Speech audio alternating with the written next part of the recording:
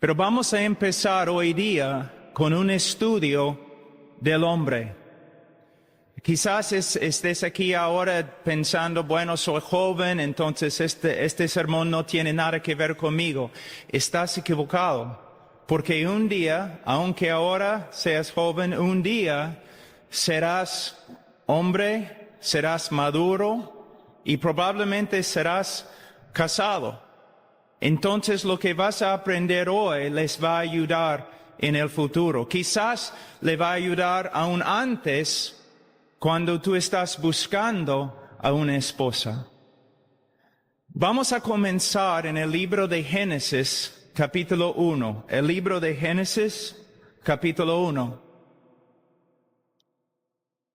Porque antes que podamos estudiar acerca del esposo y el padre, nosotros necesitamos lo que es el hombre y el propósito del hombre. Es muy importante. Y por supuesto vamos a encontrar el ejemplo perfecto solo en la persona de Jesús, en Él. Pero vamos a empezar en el libro de Génesis con el relato de la creación, capítulo 1,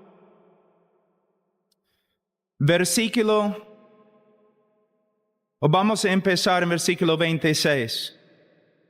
Entonces dijo Dios: hagamos al hombre a nuestra imagen, conforme a nuestra semejanza, y señoree en los peces del mar, en las aves de los cielos, en las bestias, en toda la tierra, en todo animal que se arrastra sobre la tierra.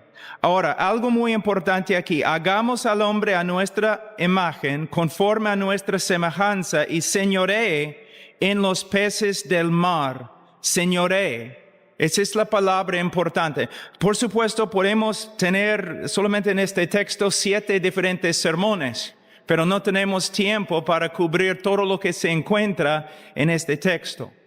Lo que solamente quiero que vean en este texto es el propósito del hombre desde el comienzo y hasta ahora y hasta el fin del mundo. El propósito del hombre es avanzar el reino de Dios por toda la tierra. Adán caminaba sobre la tierra casi como un rey, pero un rey bajo la autoridad de Dios. Él tenía que reinar, pero no conforme a su propia voluntad, sino conforme a la voluntad de Dios. El hombre en el día de hoy, el hombre cristiano, tiene el mismo propósito. ¿Por qué existimos? Para avanzar el reino de Dios, para cumplir la voluntad de Dios. Aquí nosotros podemos encontrar la razón por la cual la mayoría de los hombres está vacío. Aún los hombres cristianos, muchos están totalmente vacíos. ¿Por qué? Porque no se han dedicado a este propósito único, este propósito más importante. Nosotros vivimos, respiramos. ¿Por qué? ¿Para qué? Simplemente para avanzar el reino de Dios en la tierra, para cumplir la voluntad de Dios. Muchos en el día de hoy, por ejemplo, un joven, ¿no? Está creciendo en casa, va al colegio y cuando tiene más o menos 15, 17 años, le preguntan, ¿no? Los padres le preguntan, ¿qué quieres hacer con tu vida? No es una pregunta bíblica. ¿Qué quiere Dios hacer con tu vida? Joven, ¿has discernido la voluntad de Dios con respecto a lo que Él quiere hacer contigo? Nosotros no debemos ir a la universidad simplemente porque queremos ir a la universidad. No debemos mudarnos a otro país simplemente porque tenemos el deseo de hacerlo. Aunque Dios puede muchas veces hablar y dirigirnos a través de nuestros deseos, el propósito más grande no es seguir nuestros deseos, sino la voluntad de Dios. Dios, ¿qué quieres de mí?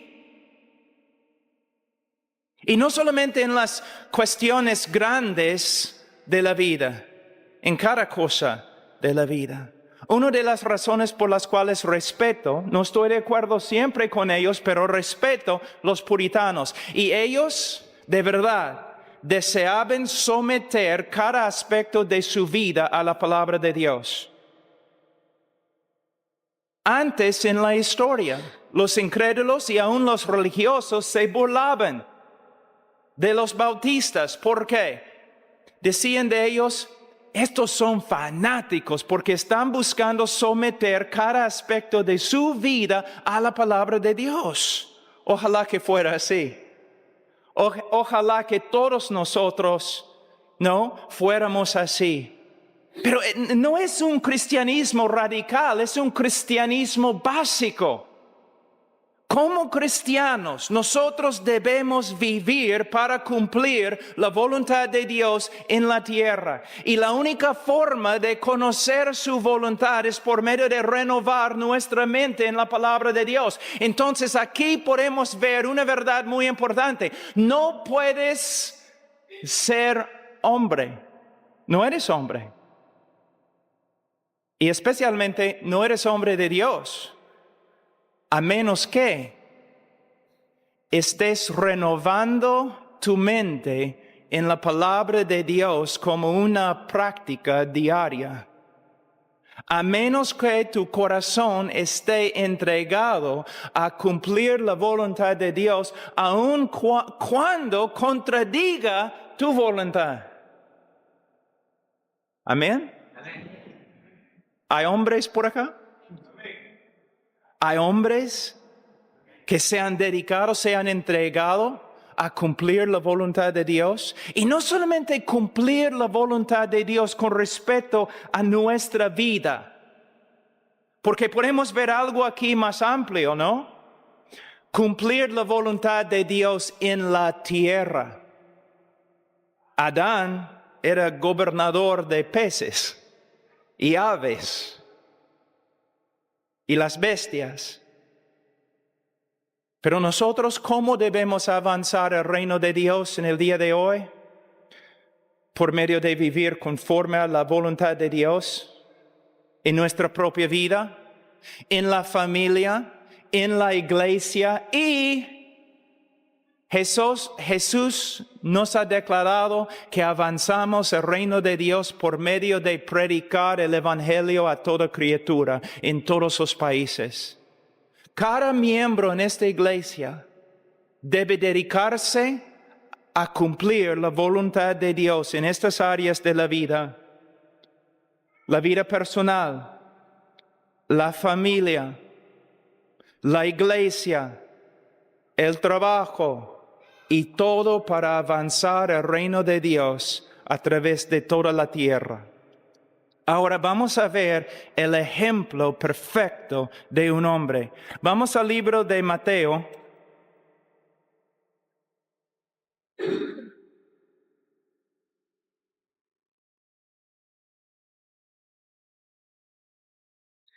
El libro de Mateo capítulo 6.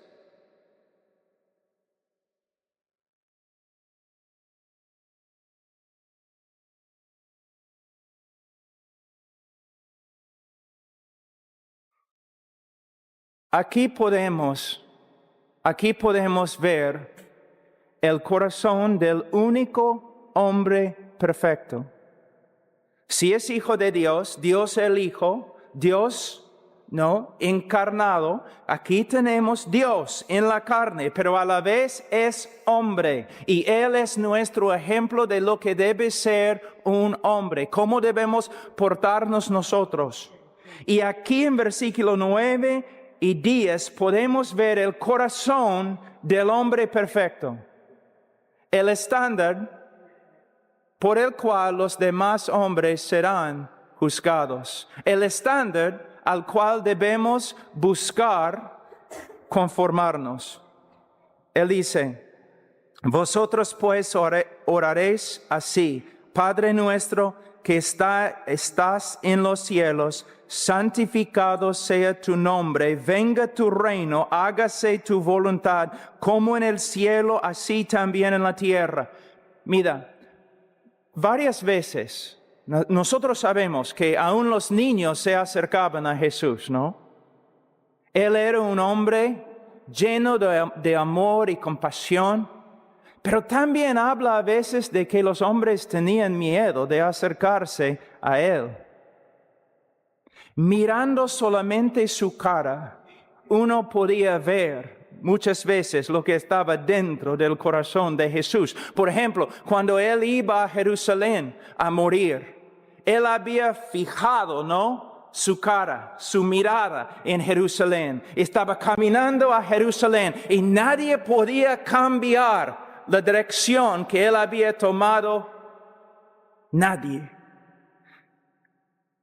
Cuando uno miraba la cara de Jesús, cuando uno miraba su vida, uno podía ver lo que encontramos aquí en esta oración. Un hombre totalmente dedicado a ¿qué? Que el nombre de Dios sea santificado. ¿Qué significa?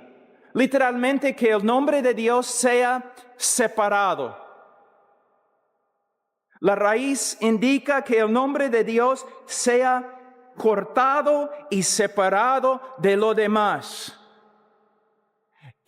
La pasión de Jesús era de que Dios su Padre tenga preeminencia sobre todo. La supremacía de Dios en todo era su deseo.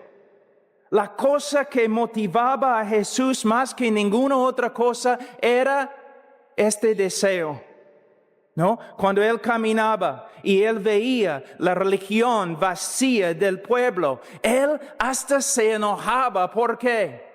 En el templo Dios no se glorificaba. En las sinagogas Dios no se glorificaba. Entre los paganos Dios no se glorificaba. Y el anhelo más grande de su vida era glorificar a Dios y trabajar para que Dios sea glorificado en cada lugar. Aquí encontramos el motivo para evangelismo, misiones y todo lo que hacemos. Todo lo que hacemos, la razón por la cual vivimos es que Dios sea glorificado, no solamente a través de nuestra vida, sino a través del mundo. Del mundo. Cada cerro, cada río, cada hombre, cada obra, cada acto, cada familia, cada niño, que Dios sea glorificado, que Dios tenga la preeminencia, el primero. Hay un ministerio en Estados Unidos que se llama simplemente Yo soy segundo. ¿Qué significa qué? Hay uno que es primero y no lo soy. El que es primero es Dios.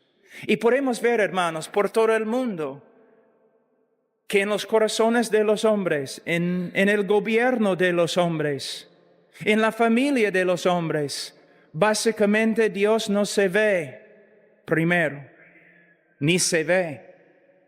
Un hombre verdadero, no importa si es pastor o ingeniero,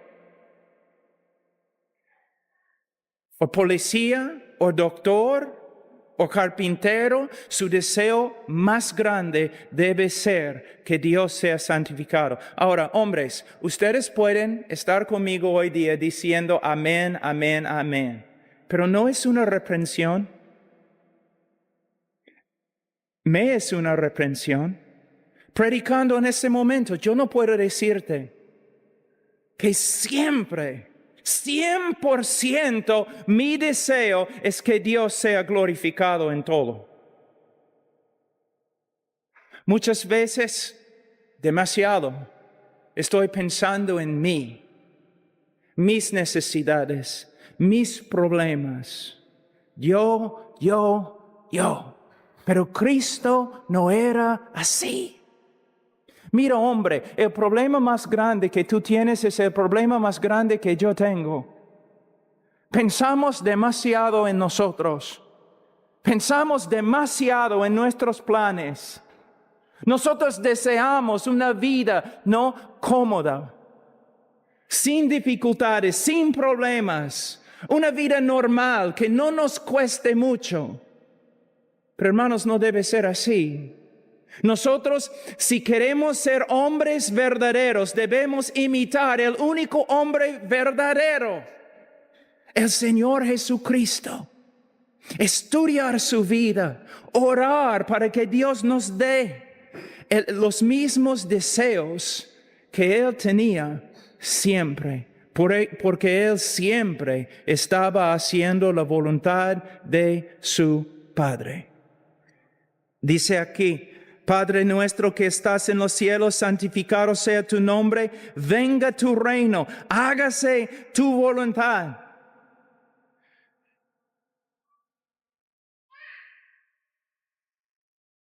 Probablemente, estando en esta iglesia, siendo quizás miembro de esta iglesia, has escuchado de las necesidades que hay en el mundo, no solamente en China o Irak, sino también en Miraflores y Barranco. Tantos lugares donde personas no están sometiéndose al reino de Dios. ¿Y sabe qué? Lo que es muy triste. Mayormente las mujeres en la iglesia se preocupan más por la extensión del reino de Dios que los hombres. De hecho, viernes yo estuve con un grupo de lingüistas, como 20 lingüistas, jóvenes de verdad dedicados a llevar el evangelio a las tribus más lejanas. Como 18 mujeres y 2 jóvenes. En la historia de las misiones que encontramos, muchas veces las mujeres iban a lugares para predicar el evangelio, lugares muy peligrosos, porque no había ningún hombre suficientemente valiente que quería ir. En el día de hoy, en nuestra misión, nosotros tenemos 2 misioneras en Indonesia que trabajan en un lugar tan peligroso que ningún pastor quiere ir aún para visitarlas. Una de las evidencias de que Dios está juzgando a una cultura es que no hay hombres. No hay hombres. Y las mujeres lideren.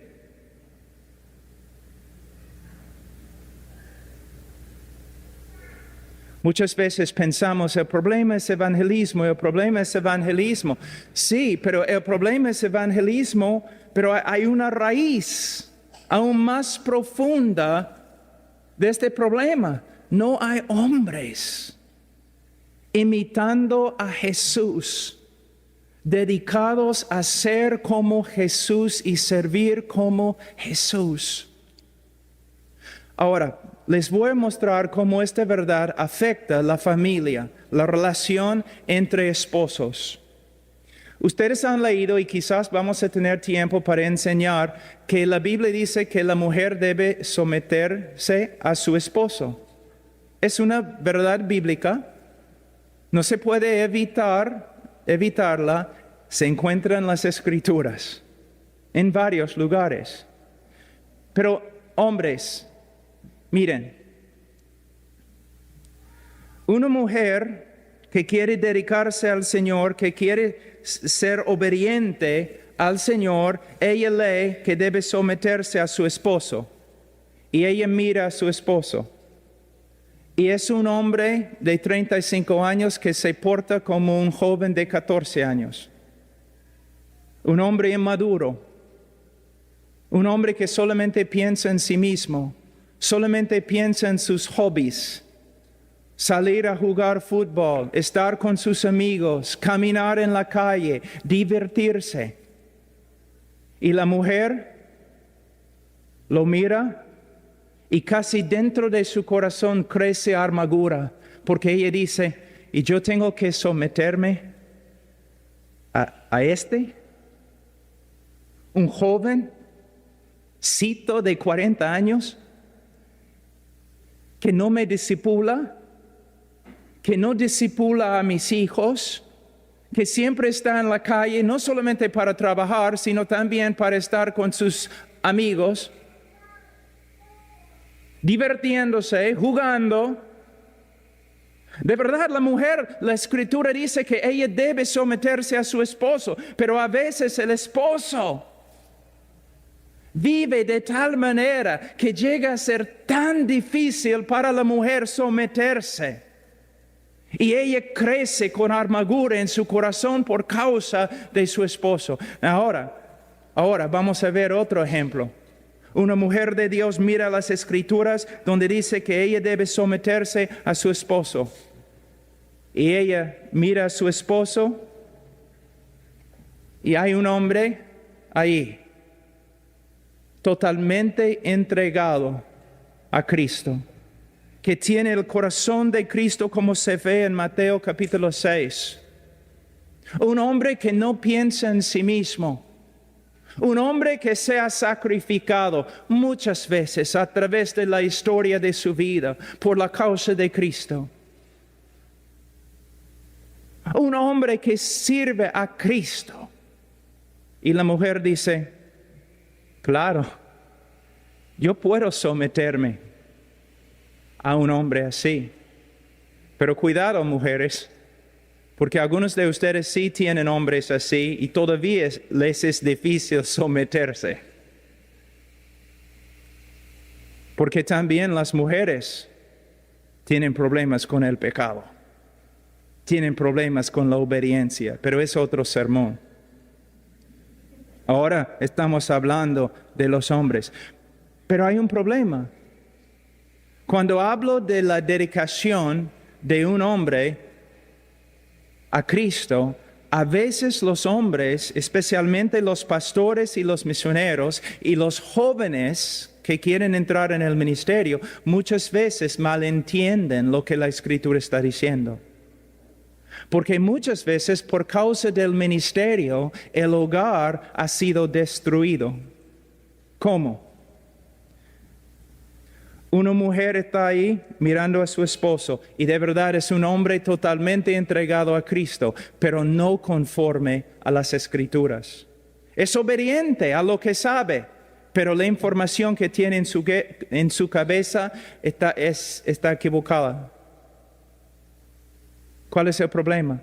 Él cree que para ser totalmente dedicado a Cristo, él tiene que descuidar a su familia. Él tiene que sacrificar su familia por causa de la obra. Es una mentira, quizás una de las mentiras más grandes en el ministerio. Algo que necesitamos entender. Somos evangélicos. Somos cristianos. En la teología católica, quizás no en teoría, pero en práctica sí. El cristiano vive en dos mundos, el reino de Dios y el reino secular. El reino de Dios consiste de la iglesia, oración, evangelismo, leyendo la Biblia, haciendo buenas obras. Y el mundo secular, la familia, el trabajo. Pero lo que tenemos aquí no es bíblico.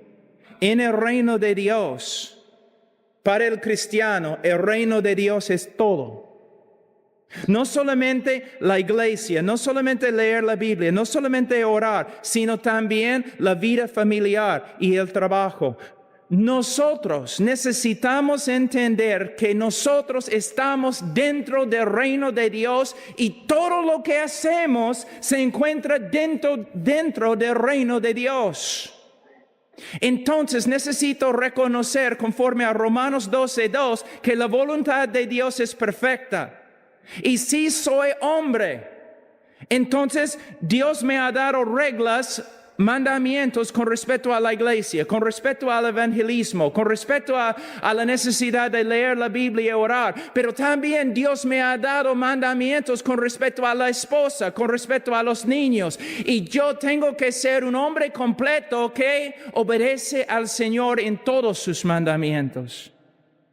El hombre que dice que va a descuidar a su familia o sacrificar su familia por causa de la obra es un hombre que no entiende la voluntad de Dios ni el reino de Dios. No puedes cumplir la voluntad de Dios en un aspecto de tu vida por medio de desobedecer a Dios en otro aspecto de tu vida. Mira, cuando yo era joven, predicador, misionero, yo podía ministrar 24 horas al día, prácticamente. ¿Por qué? Muchos mandamientos en las Escrituras me eran muertos. Los mandamientos con respecto a cómo un esposo debe tratar a su esposa no tenían nada que ver conmigo. Los mandamientos con respecto a los niños no tenían nada que ver conmigo. Yo estaba libre, hermanos. Y yo podía usar mi tiempo para otras cosas. Pero el día que me casé, los mandamientos que me eran muertos, ¿qué pasó? Ahora tienen vida. Ahora tienen algo que ver conmigo. Entonces yo tengo que balancear mi vida. Dios me ha dado mandamientos con respecto a la obra y debo cumplirlos. Pero ahora también se han despertado varios mandamientos con respecto a la esposa y yo tengo que obedecerlos. Pero Él no me ha dado más horas que 24. Entonces tengo que aprender que con sabiduría a cumplir todos los mandamientos de Dios. Pablo, vamos a salir esta noche a predicar en la calle. Pero no he pasado tiempo con mi esposa 2 semanas. Quizás, ¿cuál es la cosa más bíblica? Quizás estar con mi esposa, pasando tiempo, orando juntos, leyendo la Biblia, o simplemente un almuerzo, o salir una cita. Como un hombre de Dios, yo tengo que ser un hombre completo, que no menosprecie ningún mandamiento de Dios. ¿Me entienden, hermanos? Entonces, ¿debemos ser hombres totalmente entregados a la obra? No. ¿Debemos ser hombres totalmente entregados a la familia? No. ¿Debemos ser hombres totalmente entregados a los niños? No. Debemos ser hombres totalmente entregados a la voluntad de Dios en cada aspecto de nuestra vida. Y yo sé, hermanos, es difícil, pero es necesario porque según 1 Timoteo capítulo 3 y Tito 1, si un hombre no maneja bien su familia, ni puede ser pastor, no puede ser anciano. Ahora, vamos al libro de Efesios.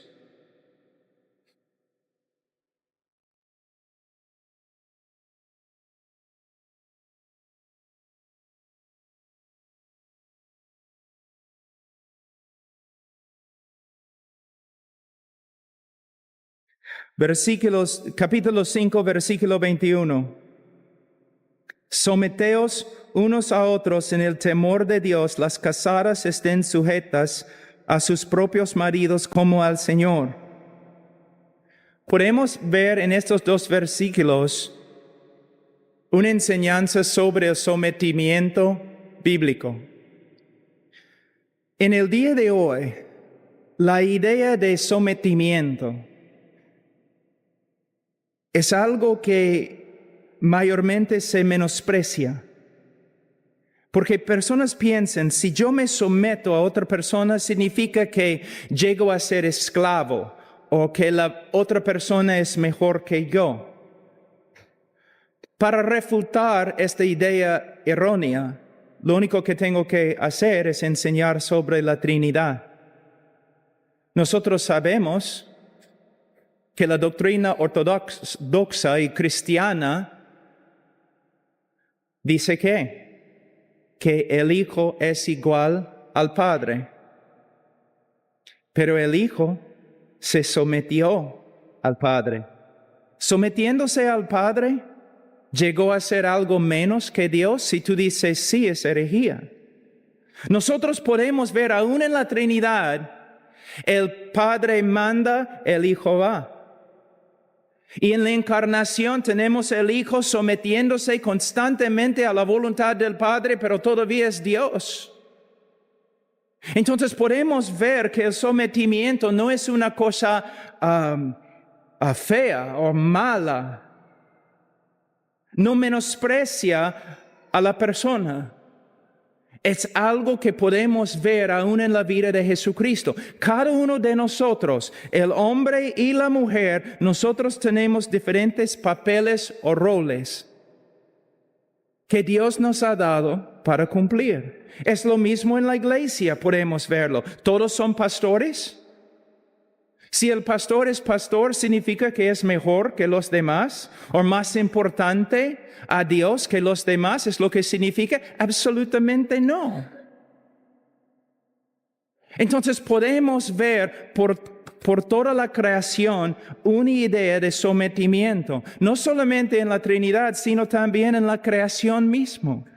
Mira, Él va a hablar aquí en diferentes lugares. Él habla en versículo 21 acerca de la iglesia. Someteos unos a otros en el temor de Dios. En la iglesia debemos someternos los unos a los otros. Y aunque los ancianos dirijan la iglesia de una forma, también si un joven se acerca al anciano con una reprensión, debe escuchar. Especialmente si el joven está hablando, dando honor al anciano, si está hablando con respeto.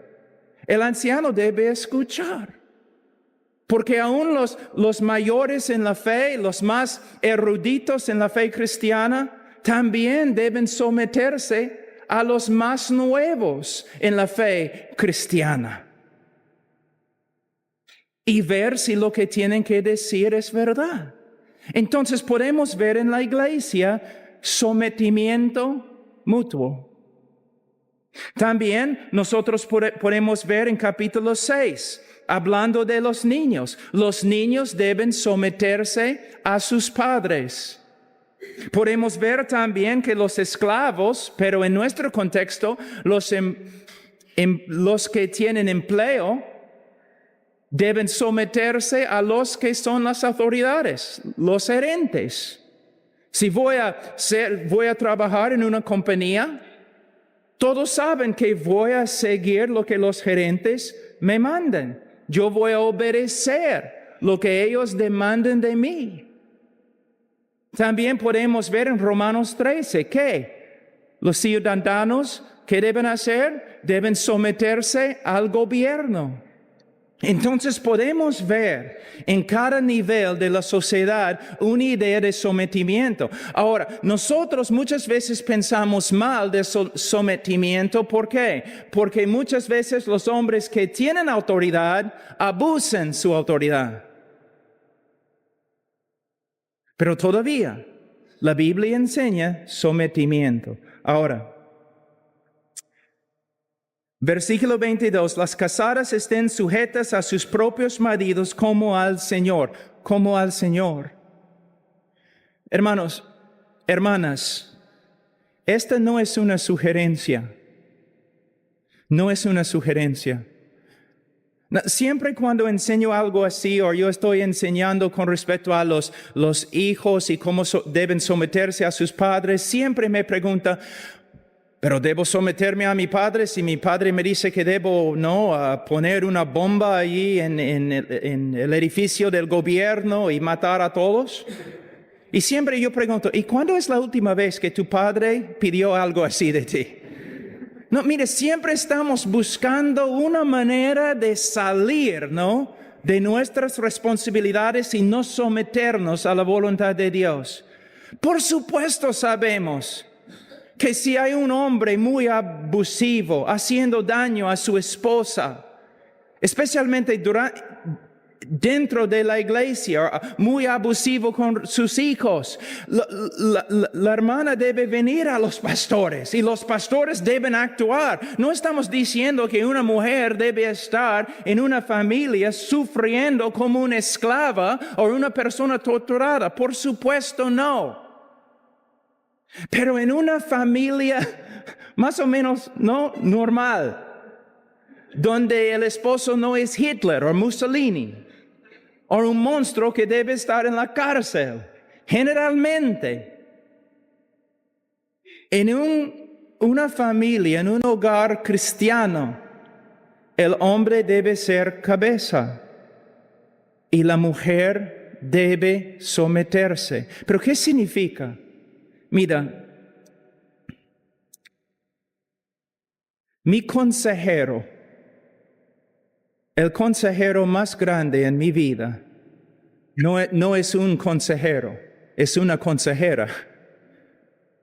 Es mi esposa.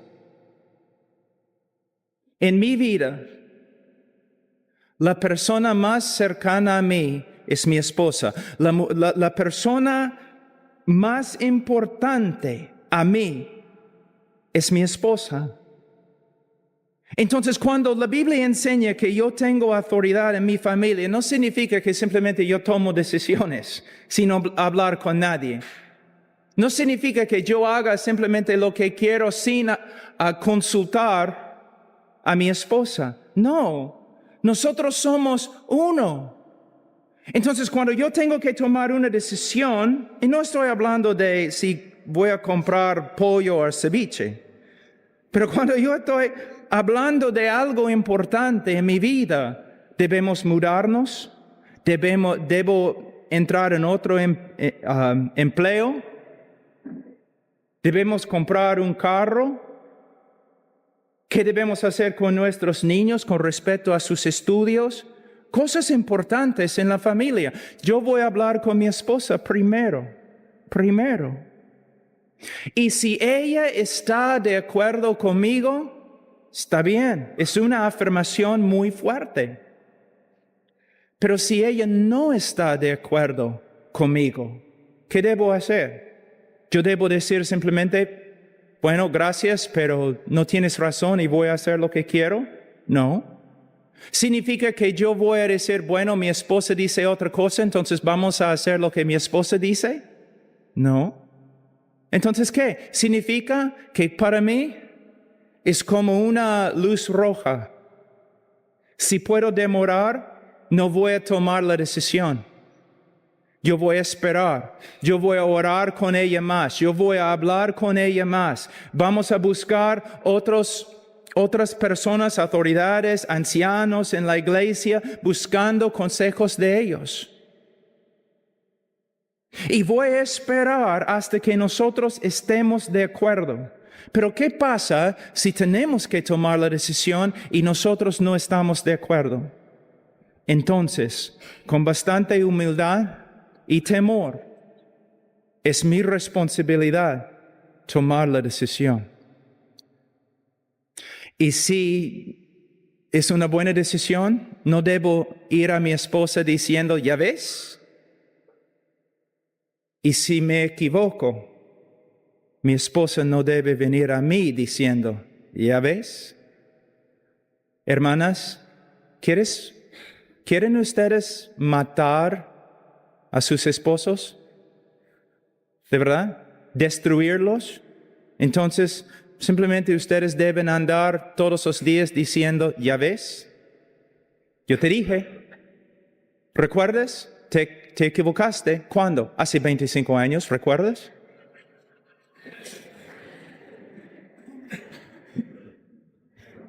No, hermanas, nos reímos, pero hay muchos hombres que andan no como hombres por causa de sus esposas, que nunca, como el elefante, nunca se olvidan de los errores del esposo, nunca.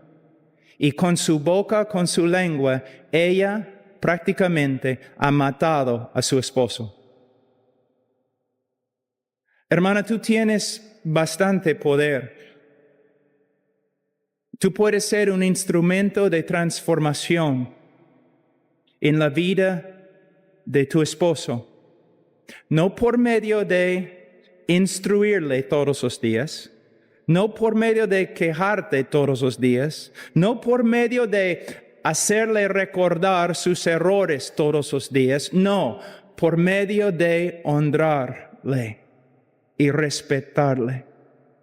Pero vamos a hablar de esto después. Hermanos, ¿ustedes quieren saber de verdad lo que significa tener autoridad en la casa? Significa que nosotros hemos ganado el privilegio de acostarnos todas las noches cansados, porque usamos nuestra autoridad para la gloria de Dios y el beneficio de nuestra esposa y nuestros hijos. Solamente significa que tenemos más responsabilidad, más trabajo y no más privilegios. Recuerden la autoridad de Cristo, sabiendo que tenía toda autoridad. Lavó los pies de los apóstoles. Cuando un hombre de verdad sabe lo que es la autoridad bíblica, él usa su autoridad para el beneficio de su esposa y para el beneficio de su familia.